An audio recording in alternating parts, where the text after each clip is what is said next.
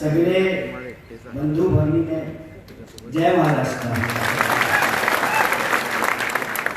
मला मराठी येत नहीं, तो क्या मैं आपसे हिंदी में बात कर सकता हूँ? हिंदी बराबर समझ में आता है, मुझे भी थोड़ी थोड़ी मराठी आती है। मेरी आवाज जहां तक पहुंच रही है, सद्भावना दौर में शामिल हुए हमारे तरुण कार्यकर्ता, नौजवान साथी, शेतकरी मेला में आए हुए तमाम किसान मजदूर भाइयों और बहनों, इस इलाके के, कोल्हापुर सिटी के, कोल्हापुर जिले के तमाम आदरणीय बुजुर्गों, नौजवान साथियों, माताओं बहनों, मेहनत मजदूरी करके अपने परिवार का भरण पोषण करने वाले तमाम कामगारों को, नौकरी करने वालों को, बिजनेस करके अपने परिवार का पेट भरने वाले आप सभी महाराष्ट्र की महान भूमि के एक एक कार्यकर्ताओं को अपना क्रांतिकारी इस्तकबाल करता हूं, अपना नमन करता हूं। दोस्तों, मेरे से पहले तमाम स्पीकर्स ने पूरे मंच को संबोधित किया है और सबसे मजेदार बात तो इस रैली की अध्यक्षता कर रहे हमारे अध्यक्ष जी ने कहा कि अध्यक्ष इसलिए बना देते हैं ताकि ज्यादा भाषण न देना पड़े।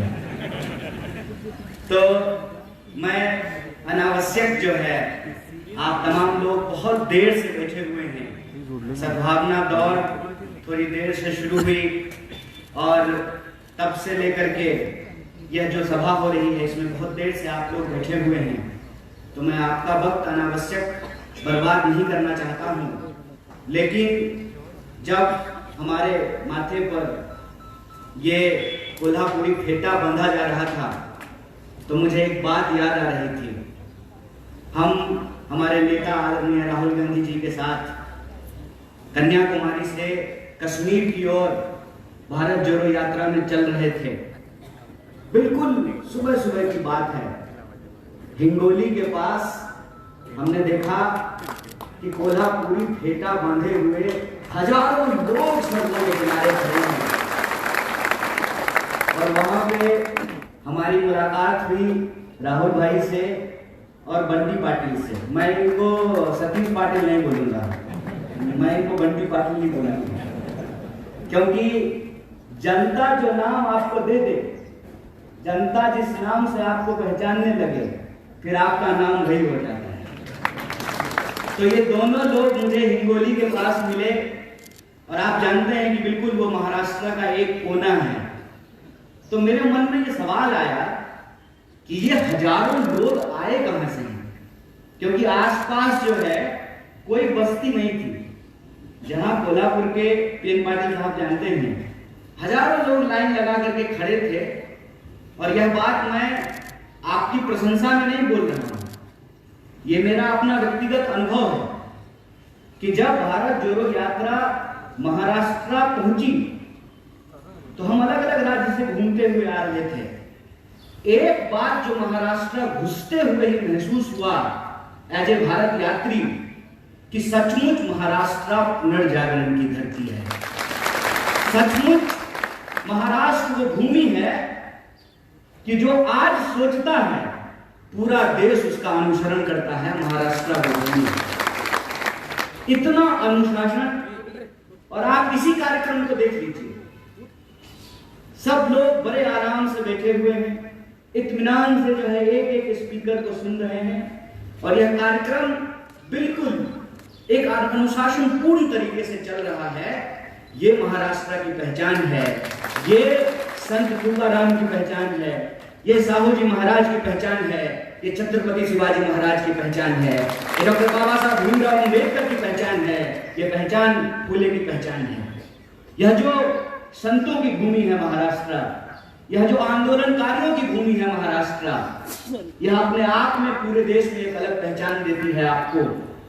तो उसी अलग पहचान के साथ कोल्हापुरी फेटे बांधे हुए हजारों लोग सड़कों के किनारे खड़े थे।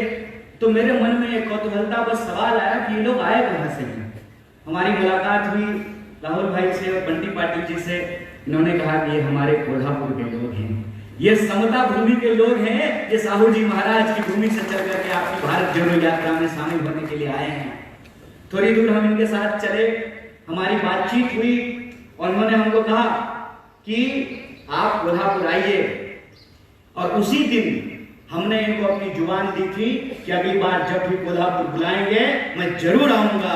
तो ये सब तमाम लोग जो मंच पर बैठे हुए हैं, पीएन पाटिल साहब, बंटी पाटिल साहब, बाला साहब शिवारकर जी, उल्लास पवार जी, ऋतुराज पाटिल जी हमारे आमदार हैं, राजू अवाले जी, बीबी पाटिल जी, जयंत असगांवकर जी, राहुल पाटिल जी और राजेश पाटिल जी, और आप तमाम जो लोग इस कार्यक्रम को कवर कर रहे हैं, हमारे मीडिया के साथी जो सुरक्षा प्रदान कर रहे हैं, हमारे पुलिसकर्मी और एक एक व्यक्ति जो इस कार्यक्रम का हिस्सा है, जो सद्भावना दौड़ में शामिल हुए हैं, जो शेतकरी मेले में शामिल हुए हैं, आप तमाम लोगों को दिल की गहराइयों से आभार प्रस्तुत करता हूं, आपको धन्यवाद देता हूं कि आप एक बार पुनः हमको कोल्हापुर की महान धरती पर आने का अवसर प्रदान किए हैं। इसके लिए मैं आपको कोटि कोटि धन्यवाद करता हूं।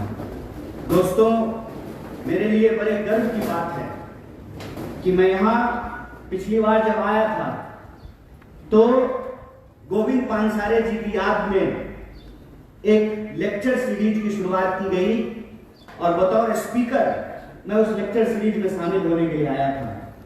और आज मैं भारतीय राष्ट्रीय कांग्रेस का सदस्य हूं, भारतीय राष्ट्रीय कांग्रेस का एक आम कार्यकर्ता हूं, भारतीय राष्ट्रीय कांग्रेस का एक साधारण सदस्य होने के नाते यहां पर आपके बीच मौजूद हूं। और ऐसा मुझे महसूस हो रहा है जैसे प्रयागराज में गंगा यमुना सरस्वती मिलकर के संगम का निर्माण करती है, उसी तरीके से आंदोलनकारियों, शेतकरियों और जो भारतीय राष्ट्रीय कांग्रेस के एक एक कार्यकर्ता हैं, उनके मिलने से एक संगम का निर्माण हो रहा है। और हमको देश में इस संगम को आगे बढ़ाते हुए परिवर्तन की एक नई दास्तान लिखनी है। और परिवर्तन की वो आवाज अगर हम इस देश में देखना चाहते हैं तो हम राजीव गांधी जी का नाम स्मरण करने से अपने आप को चूक नहीं सकते हैं। जब मैं परिवर्तन की भाषा बोलता हूं तो हमारे लिए यह महज एक औपचारिकता नहीं है। मैं विशेष रूप से धन्यवाद देना चाहता हूं हमारे नेता पीएन पाटिल साहब का कि लगातार 30 साल से वो जो सद्भावना दौड़ की मसाल है, वो मसाल के हर साल जलाते हैं। हम भारत रत्न पूर्व प्रधानमंत्री राजीव जी को ये याद करते हैं। लेकिन इस याद करने का क्या मतलब है? इस याद करने का यह मतलब है कि हम हर बार यह संकल्प लेते हैं। और आज भी कार्यक्रम की शुरुआत से पहले हम तमाम साथियों ने खड़ा होकर के एक संकल्प लिया है, एक सद्भावना संकल्प लिया है कि अपने शरीर के आखिरी कतरे तक, आखिरी खून पसीने की बूंद तक इस मिट्टी को हमको सुरक्षित करके रखना है, इसको बचा करके रखना है। और जब मैं महाराष्ट्र की महान भूमि में खड़ा होकर के इस बात को कहता हूं तो मेरा अंग अंग रोम रोम पुलकित हो उठता है, क्योंकि ये धरती है समता की, ये धरती है वीरता की, ये धरती है एकता की। तो यह समता, वीरता और एकता की धरती को नमन करते हुए मैं आप तमाम लोगों से 2-4 बातें करना चाहता हूं। क्योंकि कई सारे स्पीकरों ने ये कहा कि तरुण नेता कन्हैया जी आएंगे और मार्गदर्शन करेंगे। मैं बड़ी ईमानदारी से आपको यह बात कह देना चाहता हूं कि महाराष्ट्र आकर के मुझे कम से कम यह आत्मविश्वास तो नहीं है कि मैं पुनर्जागरण की धरती के लोगों का मार्गदर्शन करूं। मैं आपका मार्गदर्शन करने नहीं आया हूं, आपका अनुशासन और आपका मार्गदर्शन प्राप्त करने के लिए आया हूं। यह बात मैं आपको स्पष्ट कर देना चाहता हूं। लेकिन देश की जो परिस्थिति है, जो मौजूदा स्थिति है, उसमें हमारी और आपकी एकता की जरूरत है। थोड़ा सा समता का विचार और थोड़ी सी आपकी वीरता और हमारी और आपकी एकता इस देश में परिवर्तन की नई इबादत लिख सकता है। इसीलिए जो हमारे मन की बात है, वो मन की बात आपके जो मन में है वो बिल्कुल एक सा है। क्योंकि हमारा यह मानना है कि हम देश के किसी भी इलाके में रह रहे हैं, चाहे उत्तर में रह रहे हो या दक्षिण में, पूर्व में रह रहे हो या पश्चिम में, हमारा पूरा देश आज विभिन्न तरह की समस्याओं से घिरा हुआ है। अगर इन समस्याओं से हम निजात पाना चाहते हैं तो हमारे और आपके बीच में संवाद होना बहुत जरूरी है। और उसी संवाद के सिलसिले में मैं 2-4 बातें आपसे करना चाहता हूँ। मैं मार्गदर्शन करने के लिए आपका नहीं आया हूँ, आपसे मार्गदर्शन प्राप्त करने के लिए आया हूँ। आप सब लोग रोज न्यूज देखते होंगे, आपके व्हाट्सएप पे रोज कोई ना कोई मैसेज आता होगा। यहाँ नौजवान से बैठा हुआ है, क्या व्हाट्सएप पे कभी मैसेज आया है कि नेहरू जी मुसलमान हैं? आया है कि नहीं आया है? आया है ना। यहाँ जितने लोग बैठे हुए हैं, कोई ऐसा व्यक्ति नहीं है जिसको कांग्रेस पार्टी के बारे में, नेहरू जी के बारे में, गांधी जी के बारे में, हमारे नेता राहुल गांधी के बारे में मिस इन्फॉर्मेशन नहीं आया है। कोई ऐसा व्यक्ति नहीं है। तो मैं यहां इतिहास की एक घटना आपके सामने रखना चाहता हूं। जब लोदियों का शासन था दिल्ली में, तो बाबर तोप लेकर के आया था। तकनीक नई थी और उस नई तकनीक के बदौलत बाबर ने लोदियों को हरा दिया और मुगल राज की स्थापना हो गई। मुगल का राज चलने लगा और बाद में जितने भी मुगल शासक हुए वो यहीं पर रहे, यहीं पे उन्होंने शादियां की और उनके बाल बच्चे जो है वो राज करने लगे।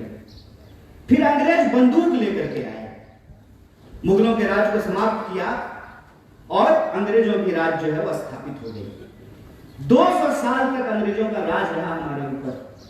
और जब मैं पुनर्जागरण की धरती कहता हूं, तो पुनर्जागरण की धरती कहने का क्या मतलब है? पुनर्जागरण की शुरुआत ईस्ट में बंगाल से हुआ और वेस्ट में महाराष्ट्र से हुआ था। इसीलिए जब आप स्वतंत्रता आंदोलन के इतिहास को देखेंगे तो सबसे ज्यादा बंगाल और महाराष्ट्र के लोग इस देश की आजादी के लिए कुर्बान होने वाले लोग आपको मिलेंगे। तो फिर अंग्रेजों को उस राज को कौन सी तकनीक से समाप्त किया गया? गांधी जी के हाथ में बंदूक तो नहीं था। और आप यह जान लीजिए, शहीद आजम भगत सिंह ने भी यह कहा कि क्रांति जो होती है, इनकलाब जो होता है, वो बम और पिस्तौल से नहीं आता है। कई बार हमारे जो नौजवान साथी हैं, उनके व्हाट्सएप पे यह भी मैसेज आता है कि जब शहीद आजम भगत सिंह को फांसी तो महात्मा गांधी ने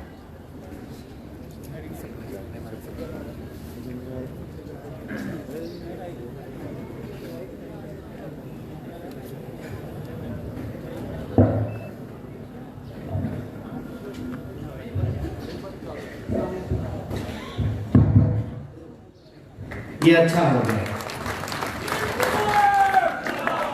कई बार आप लोगों के सामने ये मैसेज आया होगा कि शहीद आजम भगत सिंह को फांसी हो रही थी और गांधी जी ने कुछ नहीं किया। ये तमाम जो चीज है इसको हमको समझना पड़ेगा। जबकि शहीद आजम भगत सिंह कह रहे हैं कि बम और पिस्तौल इनकलाब नहीं लाता है। बम का दर्शन भगवती चरण बोहरा ने लिखा था, शहीद आजम भगत सिंह ने नहीं लिखा था। तो वह कौन सी ऐसी ताकत थी जो अंग्रेजों के 200 साल के राज को समाप्त किया? उस ताकत का नाम क्या था? उस ताकत का नाम था सत्य। इस बात को याद रखिएगा। और सत्य की ताकत से भारतीय राष्ट्रीय कांग्रेस इस देश के आम लोगों को इकट्ठा करके, चंपारण जब गांधी गए थे तो किसानों का आंदोलन लड़ने के लिए गए थे। महिलाओं को जब इकट्ठा किया पिकेटिंग आंदोलन के लिए, शराबबंदी के लिए, तो महिलाएं आंदोलन कर रही थी, आदिवासी आंदोलन कर रहे थे, दलित आंदोलन कर रहे थे, शेतकरी आंदोलन कर रहे थे, कामगारों का आंदोलन हो रहा था। और तमाम आंदोलनों को इकट्ठा करके महात्मा गांधी ने, जो अंग्रेजों के हाथ में बंदूक थी, बड़े बड़े जंगी जहाज थे, सत्य की ताकत से उसको परास्त कर दिया और 15 अगस्त 1947 को इस देश को आजादी मिल गई।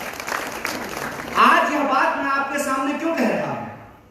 आज फिर एक तकनीक की ताकत लेकर के कोई आया है जिसका नाम दिया गया है सोशल मीडिया। बताइए, नाम है सोशल मीडिया और काम इसका सबसे ज्यादा अनसोशल है। सबसे ज्यादा अनसोशल है। अनसोशल कैसे है? घर में अगर कोई बर्थडे पार्टी हो रही हो तो देखिएगा कि 4 लोग मोबाइल लेकर के ऐसे कोना में मुंह घुमाए रहता है। ये हमको सोशल नहीं बना रहा है, ये हमको अनसोशल बना रहा है, इतिहास नहीं बना रहा है। इतिहास को मिटाने की कोशिश की जा रही है। रोज सुबह सुबह उठिएगा तो यह मैसेज आएगा कि फटाफट 10 लोगों को यह मैसेज भेज दीजिए, मनोकामना पूर्ण हो जाएगी। पलट करके पूछ लीजिए ना, हम कौन सा इंसान है, 9वां की 10वां? अगर हम 10वां हैं तो पहले तुम बता दो कि तुम्हारी कौन सी मनोकामना पूर्ण हो गई है। पूछना चाहिए ना। मैं ये कहानी अक्सर लोगों से पूछता हूं, आजाद होने का क्या मतलब होता है? आजाद भारत में हम आजाद नागरिक हैं, आजाद होने का क्या मतलब होता है? आजाद का मतलब होता है अपने ख्यालों से आजाद होना। आजाद का मतलब होता है सत्य को परख करके झूठ और सच का फर्क करना। आजाद का मतलब होता है कि महिलाएं जो बैठी हुई हैं साड़ी पहन करके, उनका भी वोट एक है, और यहां जो कुर्सी सजाए हुए हैं आमदार,